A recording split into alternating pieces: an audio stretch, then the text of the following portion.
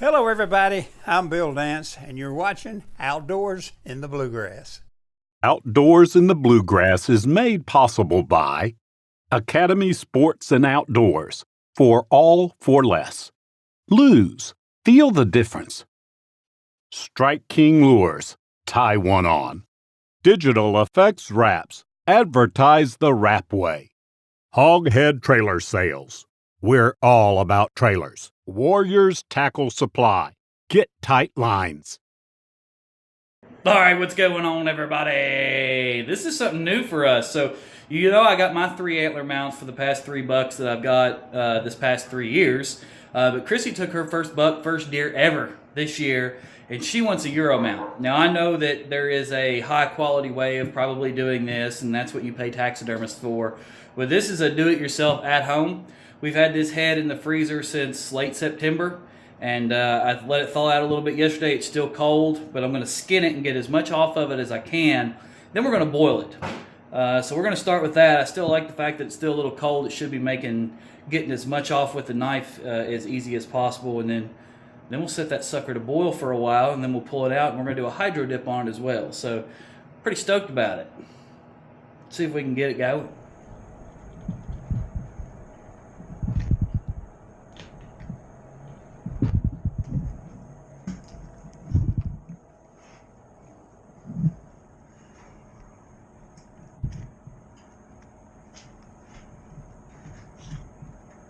All right, we got everything off of it that we can get off of the knife. That wasn't too bad. I know it's disgusting looking, but now we're going to drop this sucker and let it boil for about 6 hours is what I've read and heard. So we'll be back in a handful of hours. Well, we're about 4 hours in on the boil. Just been doing a slow boil. One of the things I can tell you, and I heard this from someone else, was when you start to boil it and it gets really going, a lot of muck and film come to the top.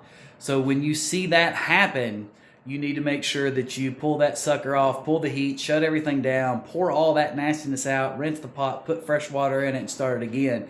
That keeps it from boiling over and fuzzing and making a mess. So just keep an eye on it. We're about 4 hours in. A lot of people sent a lot of messages over because we made some Facebook posts saying, wrap the antlers in saran wrap and electrical tape. It keeps it from discoloring the antlers. We haven't done that. Obviously, I'm already 4 hours in, so it's too late, but we haven't done that.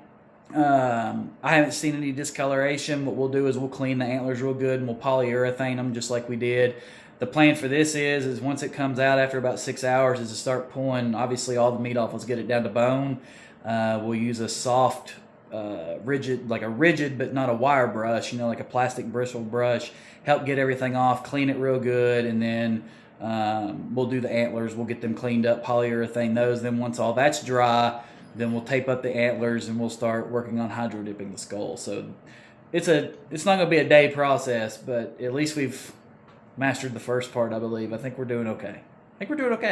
All right, moving right along. I think we're about 5.5 hours in, maybe close to 6 hours, but I'm going to let it go another 30, 45 minutes.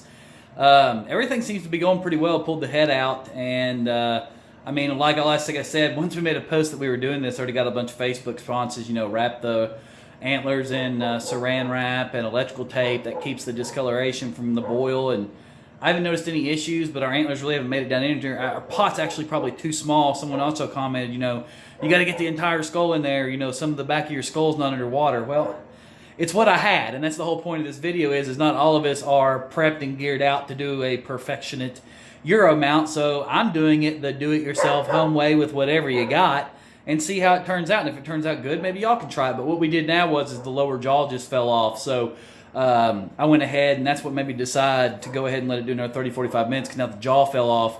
Almost the entire amount of skull can go down into the water, so I'm going to let it boil a little bit longer. But everything's looking good. And what I did was I actually took a butane torch and torched the back of the head that was not underwater from the begin with. But I think we're doing fine. I think it won't be much longer. We'll be able to pull this thing out and get it cleaned and let it dry up and be ready to dip. I'm pretty happy with the way things turned out.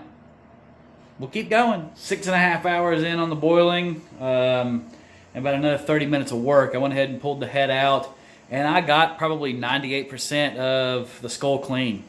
But I got to figure out how to get into the brains. I guess I'm going to have to Google it, but I really want to try and figure it out on myself. I think I'm going to be able to break that back plate to get the brains out. Pretty much got everything else out. The only thing I can see is that two of the front bones that come down off the snout, they came off during boiling. I mean, I can easily see where they're supposed to go. So I think it looks cooler with them. We're just going to epoxy those back in place once we get it all cleaned up, and then we'll prime it and we'll dip it. So, but I'm going to let it boil for a little bit longer. There's a lot of little tiny pieces between grooves of where it connects to the vertebrate, you know, the neck or whatever, and that it's hard to get out. There's a lot of fat or ligaments, tendons, whatever it is holding on. So I'm going to boil it a little bit longer after I've done 98% of the cleaning. Should be able to get the rest of it 100% after that, and then get the brains out and clean it real good, get all the oil from cooking off of it, and get it nice and clean, ready, primered and dipped. So moving on to the next step, we'll let it boil another hour and a half, just for good measure. Well, I think we're done with all the hard part. You can still see the steam rolling off of it. I just pulled it out and did the final cleaning. I took like a small, the wire brush to, actually ended up taking a wire brush to it. Didn't do no damage to the skull or anything like that. It looks really good as far as I'm concerned. I'm sure a licensed taxidermist who does this every day would kind of be like, But for a do-it-yourself, I'm pretty happy so far. So we're going to let it cool off. We'll take a soft brush to it to get every last bit of little nastiness off of it. Rinse it in some cool water, and then we'll clean it with alcohol or some sort of something to get the fatty oils off of it, primer it, or whatever. I don't know what Crissy's going to do with it. We originally talked about hydro dipping, but she may change her mind. And then once we get it cleaned up, we'll glue those other two pieces on here to complete it. But it looks good. Pretty stoked about it. For a do-it-yourself, not a whole lot of work. I don't see any discoloration in the antlers. You know, everybody said saran wrap it and tape it before you put it down in there. I don't see any discoloration in the antlers that wasn't already there. So the antlers look fine. Everything looks good. Now the brain was kind of hard to get out.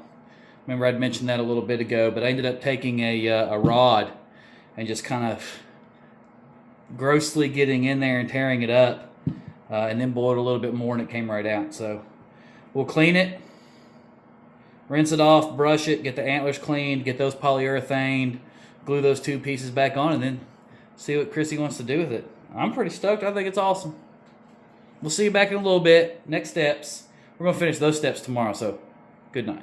All right, so overnight we let this set, and then this morning we cleaned it all off and got it all dried up, and all the little nastiness off of it that we didn't get off from the boil and cleaning last night. Got the two missing pieces epoxied back on there. You can't even tell that they were epoxied. So got the antlers cleaned up, got it all de-oiled. I don't think we're going to do a hydro dip on it now. Crissy's kind of changed her mind and kind of found some different artistic ways to make this her own.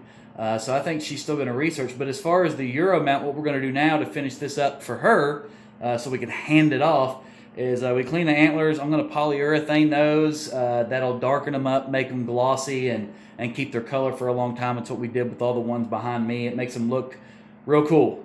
You know, makes them look like decoration. So we're going to hit that with some polyurethane, and then it's ready to hand off to her. So that's the end of the video for us, and we'll show you the finished product once she decides what she's ready to do with it. But the do-it-yourself at-home Euro mount wasn't too bad. A little time-consuming, but not hard, not too bad. And you know, we got a lot of tips that we didn't take because we were already too far into it. Like I said, wrapping the antlers with saran wrap and tape and all that. But we made it work, and it came out good. So, ta-da. Thanks, guys. Outdoors in the Bluegrass, signing out.